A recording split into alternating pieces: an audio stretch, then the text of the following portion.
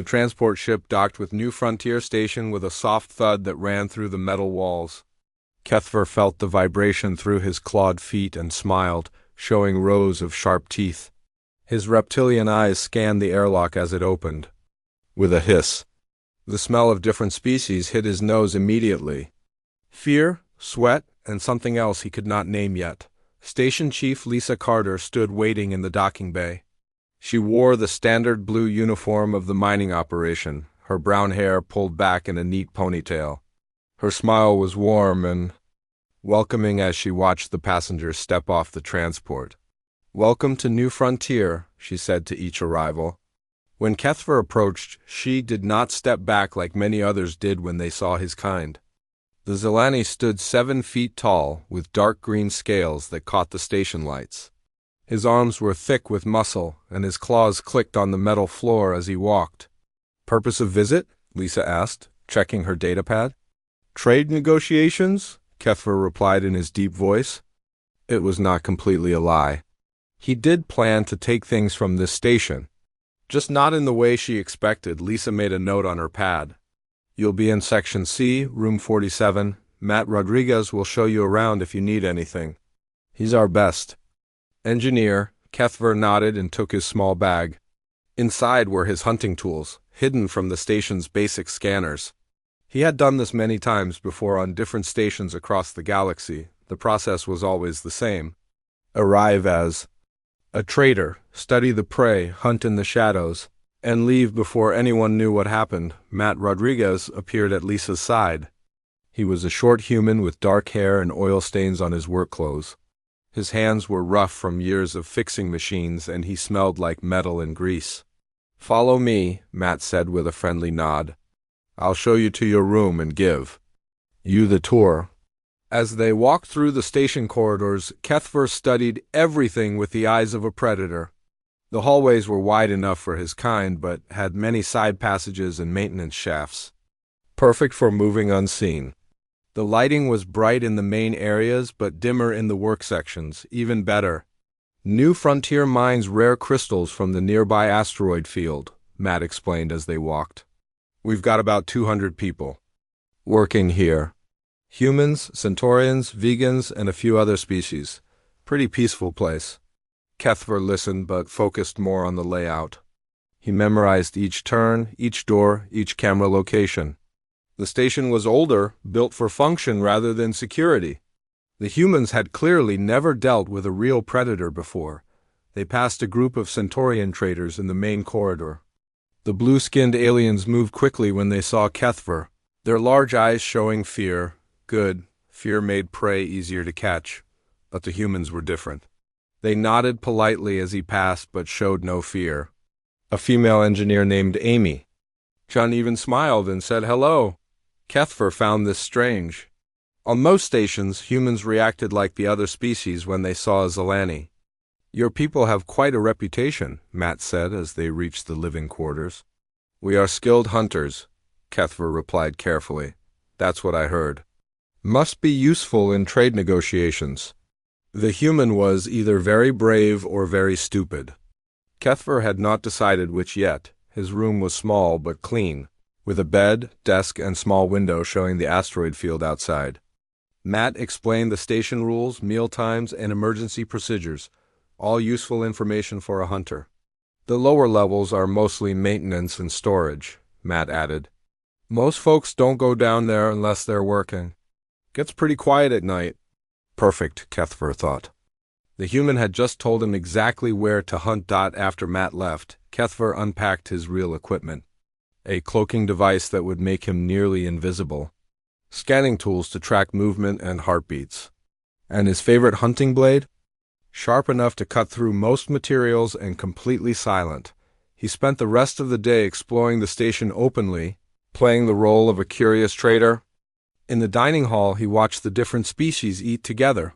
The Centaurians sat in nervous groups, always watching for danger. The vegans kept to themselves, quiet and careful, but the humans puzzled him. They laughed and talked loudly. They moved with confidence through areas that other species avoided. When a plasma conduit sparked near their table, making everyone else jump, The humans just continued eating while one of them casually fixed the problem. Lisa Carter stopped by his table during dinner. "How are you finding the station?" "Very interesting," Kethver said. "Your people seem very relaxed." Lisa laughed. "We try to keep things friendly here. Life's too short to spend it being scared of everything." That evening, Kethver made his way to the lower levels. The maintenance sections were exactly as Matt had described. Long, empty corridors lined with pipes and machinery. The lighting was poor, creating deep shadows perfect for hiding. The sound of the station's engines covered any noise he might make. He found several good hunting spots. A dead-end corridor near the water recycling plant. A storage room that was rarely used. Best of all, he discovered that one human worked the night shift alone in this section. The man's name tag read Jake Sullivan. When Kethver spotted him checking some equipment, the human worked with steady focus, unaware that death watched him from the shadows. Kethver studied his movements, his habits, his routes through the lower levels. Soon he would make his move, but for now he would wait and plan. Good hunters were always patient. And humans, despite their strange fearlessness, were still just soft, weak prey. They'd bled and died like any other species. Kethver returned to his room with a satisfied feeling. Tomorrow night, the real hunt would begin. He would start with the lone human in the lower levels. After that, he would work his way through the station, taking the most isolated prey first. The Zilani hunter fell asleep dreaming of the chase. He had no idea that he was about to learn a very important lesson about humans. Some prey was more dangerous than it looked. The next night, Kethver activated his cloaking device and moved through the station like a ghost. The technology bent light around his body, making him nearly invisible to most eyes. His footsteps were silent on the metal floors as he descended to the lower levels. His first target was easy. A Centaurian trader named Vex had wandered away from his group to examine some mining equipment in Storage Bay 7. The blue-skinned alien was alone, just as Kethver had planned. The Centaurian never heard him coming when Vex did not return. To his quarters that night, his friends assumed he had found a good deal somewhere and was working late. Centaurians were known for their love of profit. No one thought to look for him until the next day, and by then, Kethver had hidden the body where it would never be found. The success made Kethver hungry for more. 2 nights later, he struck again. This time it was a pair of vegan technicians, working on a broken air filter in the far end of maintenance level 3. The gray-skinned aliens were small and weak, offering no challenge at all. Their large eyes went wide with terror when they finally saw him, but it was far too late. Kethver took his time with them. He enjoyed the fear in their eyes, the way they tried to run on their thin legs. It reminded him of hunting the small creatures on his homeworld as a child. Simple, easy, satisfying. Station. Security began investigating after the vegans were reported missing. Chief Ben Harper, a thick-built human with gray hair and serious eyes, led the search. He brought teams through the maintenance levels with scanners and searchlights. Kethver watched them work from his hiding spots. The security team was mixed. 2 humans, a Centaurian and a vegan. They moved carefully but found nothing useful. A few drops of blood here and there. Some scratch marks on the walls. Not enough to tell them what they were really dealing with. "Could be equipment accidents," Ben Harper told Lisa Carter when they met in her office. "Those lower levels can be dangerous. Maybe they got caught in some machinery." 3 accidents in 1 week? Lisa asked. She did not sound convinced. "Stranger. Things have happened on mining stations." But Kethver could see the doubt in their eyes. They knew something was wrong. They just did not know what. What impressed the Zilani hunter was how the humans reacted to the disappearances. The other species on the station became nervous. The remaining Centaurians traveled in groups and avoided the lower levels completely. The vegans requested transfers to other stations, but the humans stayed calm. They continued their work as if nothing had changed. Matt Rodriguez still made his rounds through the maintenance areas. Amy Chen still took her breaks alone in the observation deck. Jake Sullivan still worked his night shifts in the engine room. Kethver could not understand it. Every species had survival instincts. Fear was natural when predators were near, but these humans showed no fear at all. They talked about the missing aliens with concern, but they did not change their behavior. He decided to study them more closely. From his invisible position, he followed different humans through their daily routines. He watched Lisa Carter work in her office late into the night, alone and unguarded. He observed Matt Rodriguez crawling through maintenance tunnels by himself, fixing broken systems. Most interesting was Jake Sullivan. The human worked the night shift in the deepest parts of the station, where the main engines created enough noise to cover any sounds. Jake was young, maybe 25 years old, with short brown hair and strong arms from years of physical work. He moved through the engine room with confidence, knowing every pipe and panel. Jake would be perfect prey, Cuthbert decided, young and strong, which would make the hunt more exciting. Isolated from help, and human, which might finally give him the challenge he was looking for. On the fourth night after his last kill, Cuthbert began stalking Jake Sullivan seriously. He learned the human's schedule, his routes through the engine room, his habits. During the long night hours, Jake usually started his shift at midnight, checking the main reactor first, then moving through the other systems in a set pattern. The human was thorough in his work. He tested every system twice, made careful notes in his logbook, and never rushed through his duties. But he also seemed relaxed, sometimes humming to himself as he worked. He clearly felt safe in his domain. Cuthbert found this both puzzling and exciting. The other aliens on the station had become nervous and careful after the disappearances. But this human continued to act as if he owned the place. Either Jake Sullivan was too stupid to understand the danger, or he was more confident than any prey had a right to be. During one observation, Cuthbert watched Jake fix a broken cooling pump with remarkable skill. The human diagnosed the problem quickly, found the right parts, and had the system running again in less than an hour. His hands moved with practiced ease, and he solved each challenge that came up without hesitation. It reminded Cuthbert of how he himself moved when hunting, confident, skilled, in control, but that was impossible. Humans were prey, not predators.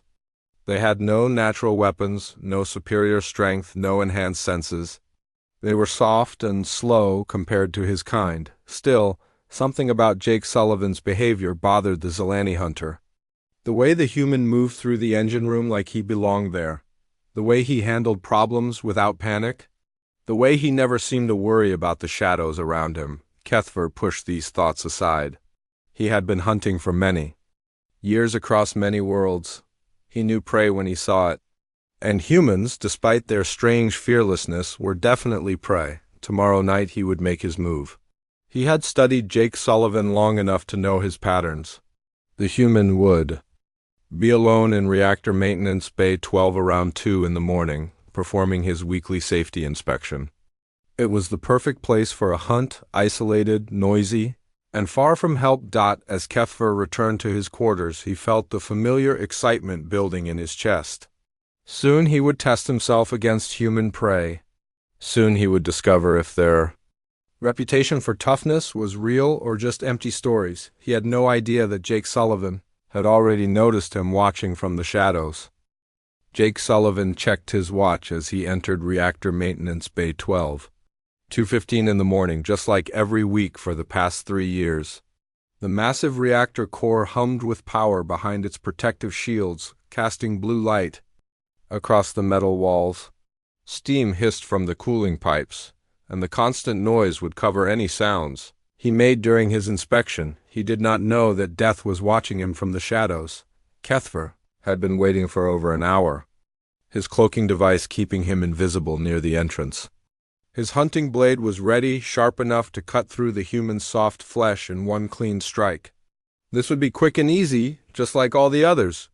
Jake began his routine inspection, checking pressure readings and temperature gauges around the reactor chamber. He moved with practiced ease, knowing exactly where everything was located. His work boots made soft sounds on the metal floor as he walked from panel to panel. The Zilani hunter moved closer, staying in the blind spots behind the larger equipment. Jake was completely focused on his work, making notes on his datapad. Perfect. Cuthbert raised his blade and prepared to strike, but something made Jake turned around at the last second. Maybe it was a shadow that moved wrong. Maybe it was a sound that did not belong. Or maybe humans had better instincts than Kethver had thought. Whatever it was, Jake saw the blade coming and threw himself sideways just as it cut through the air where his head had been. The cloaking device flickered and failed as Kethver stumbled forward, suddenly visible. 7 feet of muscle and scales and teeth, holding a weapon that gleamed in the reactor light. Most prey would have screamed. Most prey would have frozen in terror or tried to run. Jake Sullivan did neither. Instead, he rolled behind a control console and grabbed a heavy wrench from his tool belt in one smooth motion. His eyes were wide, but not with panic. They were calculating, measuring distances and options. "So you're what happened to the others," Jake said, his voice steady despite the situation. Kethver snarled and lunged forward, expecting the human to break and run. But Jake was already moving, diving under a low pipe and coming up on the other side of the reactor housing. The hunter's claws scraped metal where the human had been a moment before. This was not how hunts usually went. Kethver pursued, using his superior speed and strength to close the distance.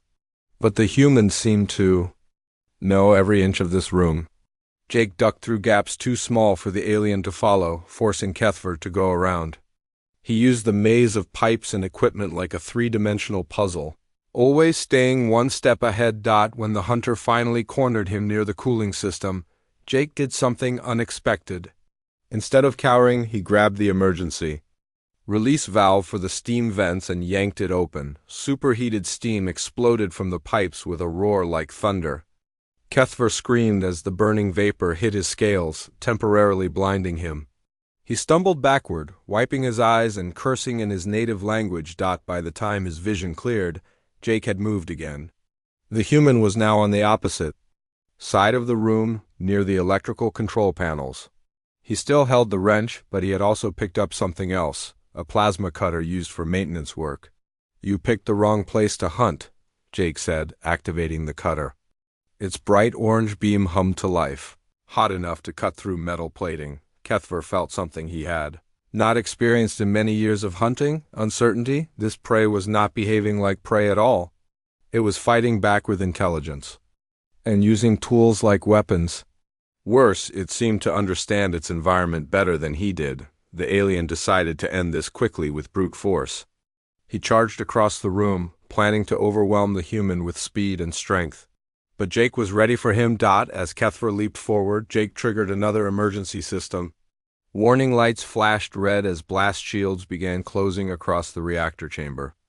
The heavy metal barriers moved fast, and Kethver barely had time to dodge as one slammed down inches from his head. The room was now divided by the emergency barriers, with Jake on one side and Kethver on the other. But instead of being trapped, the human had somehow positioned himself with access to more controls. "Station security, this is Jake Sullivan in Reactor Bay 12. Jake spoke into his communicator, his voice calm and professional. "We have a hostile alien down here. Zilani species, armed and dangerous. He's responsible for the missing crew members." Kethver roared in frustration and began tearing at the blast shield with his claws, trying to reach the human. But the metal was thick and strong, designed to contain reactor explosions. His claws made sparks but barely scratched the surface. "I'm sealing off this section," Jake continued, working at a control panel. "The hunter is trapped in the main reactor chamber. But be careful, he's got some kind of cloaking technology and he's extremely dangerous." The alien hunter found himself in a situation he had never faced before. He was trapped by his own prey. The human had used his knowledge of the station to turn the environment into a weapon. Every system Jake had activated was designed to protect the reactor, but now they were protecting Jake from him. Emergency lights bathed everything in red as Jake sealed more blast doors, cutting off all the exits from the reactor chamber. Kethver was now trapped in a metal box with no way out except through the human, but Jake was not done. Through the transparent aluminum window in the blast shield, Kethver watched the human work at another control panel. Warning sounds began, echoing through the chamber as the reactor safety systems activated. "I'm initiating emergency cooling procedures," Jake announced.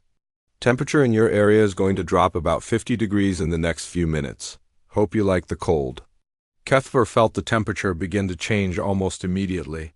His reptilian body started to slow down as the cold affected his metabolism. On his homeworld, cold meant death for his kind. They needed heat to function properly.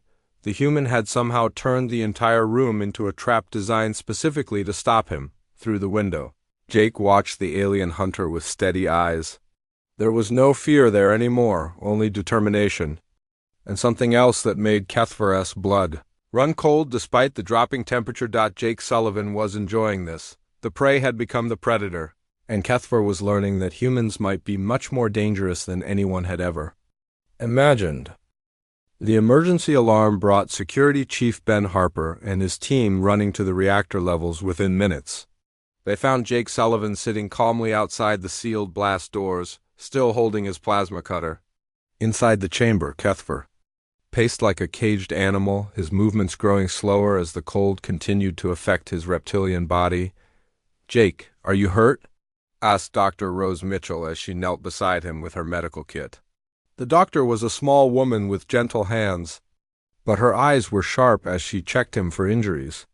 "Few scratches, that's all," Jake replied, wincing slightly as she cleaned a cut on his arm. "But I got a real good look at our hunter. 7 feet tall, dark green scales, claws that can cut metal.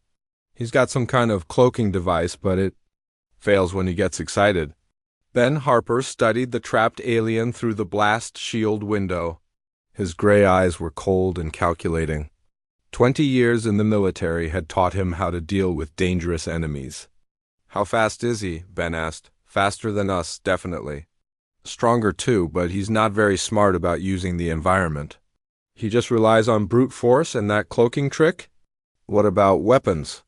Jake held up his datapad, showing pictures he had managed to take during the fight. "Some kind of blade, maybe 8 inches long. Sharp enough to cut through most materials. Probably has other gear we haven't seen yet." Dr. Mitchell finished bandaging Jake's arm and stood up. The cold is slowing him down. "Reptilian species usually can't handle temperature drops very well." Ben nodded and activated his communicator. "All security teams report to Briefing Room 2 immediately, and get me Lisa Carter and the department heads. We have a situation to discuss." Within an hour, the station's human leadership had gathered in the briefing room. Lisa Carter sat at the head of the table, her usual calm demeanor replaced by focused determination. Matt Rodriguez represented the engineering department. Amy Chen spoke for the pilots, and Dr. Mitchell covered medical concerns. "Let me be clear about something," Ben Harper began, standing before a large display screen. "This alien has killed at least 3 of our people, maybe more. He came here specifically to hunt us like animals." The room was quiet as he shared Jake's intelligence and the pictures from the reactor chamber. The alien's predatory features looked even more frightening on the big screen. "So what do we do?" Amy Chun asked. "Call for help from the nearest military base?" "That would take weeks," Lisa replied. "And we don't know if he has friends coming." "We hunt him ourselves," Ben said simply. Jake proved that these things can be beaten. They're dangerous, but they're not invincible. Matt Rodriguez leaned forward in his chair. "The station's computer system has been tracking movement patterns for weeks. I can probably figure out where he's been hiding." "Do it," Ben ordered. "Amy, I want you to coordinate with the remaining alien crew members. Get them to the secure areas and keep them safe. Rose, prepare the medical bay for casualties. This might get messy." "What about the hunter?" Lisa asked. Ben smiled, and it was not a pleasant expression. "We're going to show him what happens when someone hunts humans." Over the next few hours, the station transformed. The humans moved with quiet efficiency, sharing information and preparing for war. They did not panic or run like the other species had. Instead, they organized. Matt Rodriguez worked with the computer systems, tracking every power fluctuation and air current change over the past week. The alien's cloaking device was good, but it still used energy and displaced air. The station's sensitive instruments had been recording everything. "Got him," Matt announced, pointing to a map on his screen. Storage Bay 15 on level 4. That's where he's been hiding his gear. How can you be sure? Amy asked. Temperature variations and power draws don't lie. Something's been using energy in that room when it should be empty. Meanwhile, Ben. Harper was turning the station's human crew into a military unit. There were 43 humans on New Frontier, including engineers, miners, pilots, and support staff. Most had no combat training, but all of them understood tools and machinery. Forget about fighting fair, Ben told them during the briefing. This thing is stronger and faster than us. But we're smarter, and we know this station better than he does. He showed them how to turn mining tools into weapons. Plasma cutters became deadly close-range guns. Industrial lifters could crush bones. Even simple maintenance tools became dangerous in the right hands. Work in teams of 3 minimum, Ben continued. Always have backup plans. Use the environment to your advantage. And remember, he's been hunting alone. He doesn't expect organized resistance. Dr. Mitchell prepared the medical bay but also created something else. Using her knowledge of alien biology, she mixed chemicals that would affect reptilian nervous systems. The spray could be loaded into fire extinguishers and used as non-lethal weapons. It won't kill him, she explained, but it will make him sick and dizzy.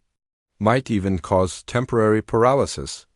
By the time Kethver finally broke out of the reactor chamber, the entire station had become a trap. The humans had spent 6 hours preparing, and they were ready. The alien hunter made his way through the maintenance tunnels, heading for his hidden storage room. He was angry and cold, but still confident. One human had gotten lucky. It would not happen again, but as he moved through the station, Kethver began to notice things that bothered him. Corridors that had been empty before now had humans working. In them, always in groups, always watching. Always ready. When he reached Storage Bay 15, he found his equipment missing and 3 humans waiting for him. They stood calmly in the doorway, blocking his escape route. One held a plasma cutter. Another carried something that looked like a mining drill. The third had what appeared to be a fire extinguisher, looking for something. Asked the human with the plasma cutter. Kethver snarled and activated his cloaking device, but nothing happened. His equipment had been damaged during the reactor chamber incident. He was visible and surrounded. The alien charged forward, relying on his natural weapons and superior strength. But the humans were ready for him. They moved as a team, forcing him into the center of the room where they had prepared a trap. Industrial adhesive sprayed from hidden nozzles, coating the floor with sticky polymer. Kethver's feet became trapped in the substance, slowing his movements. The human with the fire extinguisher stepped forward and sprayed him with Dr. Mitchell's chemical mixture. The alien hunter felt his muscles begin to spasm as the alien-specific toxins entered his system. His vision blurred and his coordination failed. For the first time in his life, Kethver felt truly helpless. Cargo Bay 7, one of the humans spoke into his communicator. Package secured and ready for pickup. As they dragged him through the station corridors, Kethver saw something that filled him with a fear he had never experienced before. Every human on the station had stopped their work to watch him pass. Their eyes were not filled with terror or panic like proper prey. They looked at him the way he had always looked at his victims.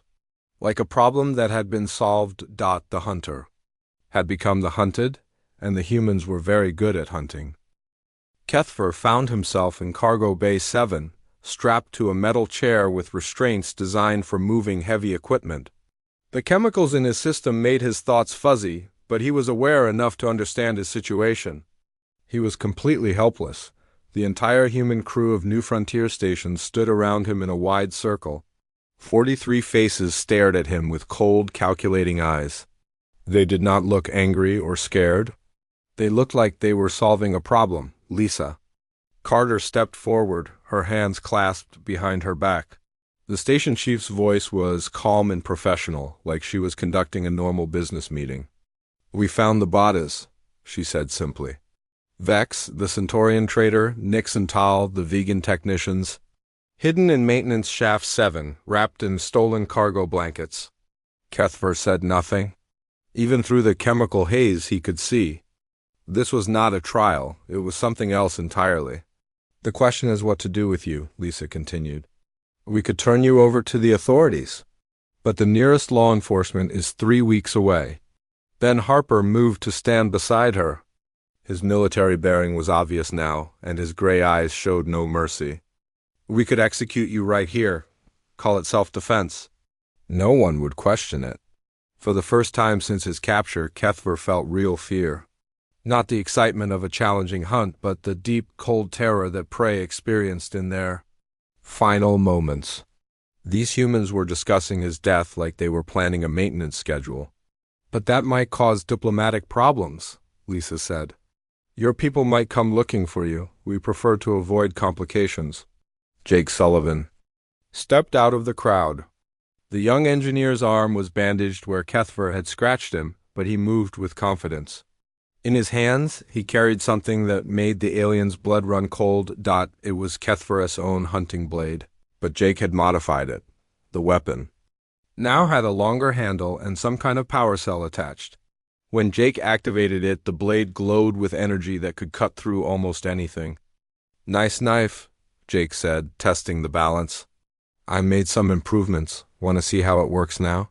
Kethver tried to struggle against his restraints, but the metal bands held firm. The humans had used equipment designed to secure Starship cargo. Nothing his strength could break. Dr. Mitchell approached with a small device in her hand. This is a neural scanner, she explained in her gentle voice. It can read brain patterns and extract memories. We want to know if you've done this before. How many stations you've visited. How many people you've killed. The scanner hummed to life, and Kethver felt something probing at the edges of his mind. Images flashed through his thoughts, other stations, other hunts, dozens of victims across many worlds. He tried to resist, but the chemicals made it impossible to focus. 47 confirmed kills over the past 5 years, Dr. Mitchell announced, reading the scanner's display. Humans, Centaurians, vegans, even some Andromedans, you've been very busy. A murmur went through the crowd. The humans' expressions grew even colder. Kethver realized he was looking at something he had never seen before, an entire species united in purpose. That changes things, Ben Harper said. This isn't just about our station. This is about every innocent being you've murdered. Matt Rodriguez stepped forward with a datapad in his hands. I've been analyzing your ship's computer while you were unconscious. Found some interesting files. The engineer held up the pad, showing star charts and station schedules. Looks like you had 3 more stops planned after us. Mining Station Gamma 7, the orbital research facility at Kepler Prime, and a trading post near the vegan home. World, not anymore, Amy Chun said from the crowd. Her pilot's uniform was clean and pressed, but her eyes held the same cold determination as the others. I've already sent warning messages to all 3 locations. They'll be ready for you. Kethver's mind reeled. These humans had not just defeated him, they had completely destroyed his future hunting plans. They had worked together like parts of a single organism, each one contributing their skills to dismantle everything he was. But we're not done yet, Lisa Carter said. She gestured to Matt Rodriguez, who activated a large display screen on the cargo bay wall. The screen showed a galactic map with dozens of highlighted systems. Each one marked a location where Kethver had hunted. As the humans watched, the map began updating in real time as warning messages spread across the communications network. Every station, every outpost, every colony in this sector now knows what you are, Lisa explained. Your hunting days are over. Kethver watched in horror as his entire existence crumbled before his eyes. Hunting was not just what he did, it was what he was. Without the hunt, he was nothing. There's something else, Dr. Mitchell said, consulting. Her scanner readout. The neural scan picked up some interesting genetic markers. Your species has a specific brain chemistry that we can target. She held up a small vial filled with clear liquid. This compound will make you violently sick whenever you feel predatory urges.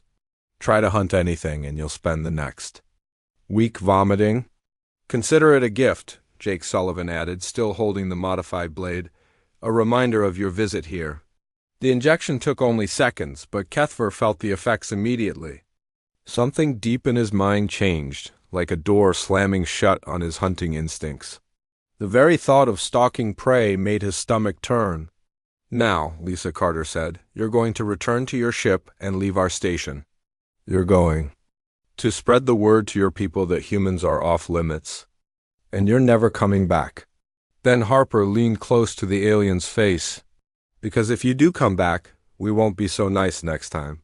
They released him from the restraints, but Kethver could barely stand. The chemical injection had left him weak and nauseous. Jake Sullivan escorted him to the docking bay, still carrying the modified hunting blade.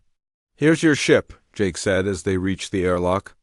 "I made some modifications to it, too. Nothing dangerous, just a few tracking devices and a communications beacon, so we'll always know where you are." Kethver stumbled into his ship's cockpit, his hands shaking as he started the engines. Through the viewport he could see the humans of New Frontier Station watching him leave. They stood calmly in the docking bay, their work done. As his ship pulled away from the station, Kethver activated his communications system. His message went out on all Zelani frequencies, a warning that would reach every hunter in the galaxy. "This is Kethver of the Southern Hunting Clans," he spoke into the transmitter, his voice weak and defeated. "I have discovered a species that must not be hunted. The humans appear weak and soft, but this is deception. They are apex predators of the highest order." He paused, watching New Frontier grow smaller in his rear displays. The humans had already returned to their work as if nothing unusual had happened. "Do not hunt the humans," Kethver continued. "They do not fear death because they are death. They work together like a single organism. They turn their environment into weapons. They are patient and intelligent and utterly without mercy when threatened." His ship jumped to hyperspace, carrying him away from the nightmare he had discovered. But even in the safety of faster-than-light travel, Kethver could not forget the sight of 43 humans standing together in perfect unity. He had learned the most important lesson of his life. In a galaxy full of predators, humans were the most dangerous of all.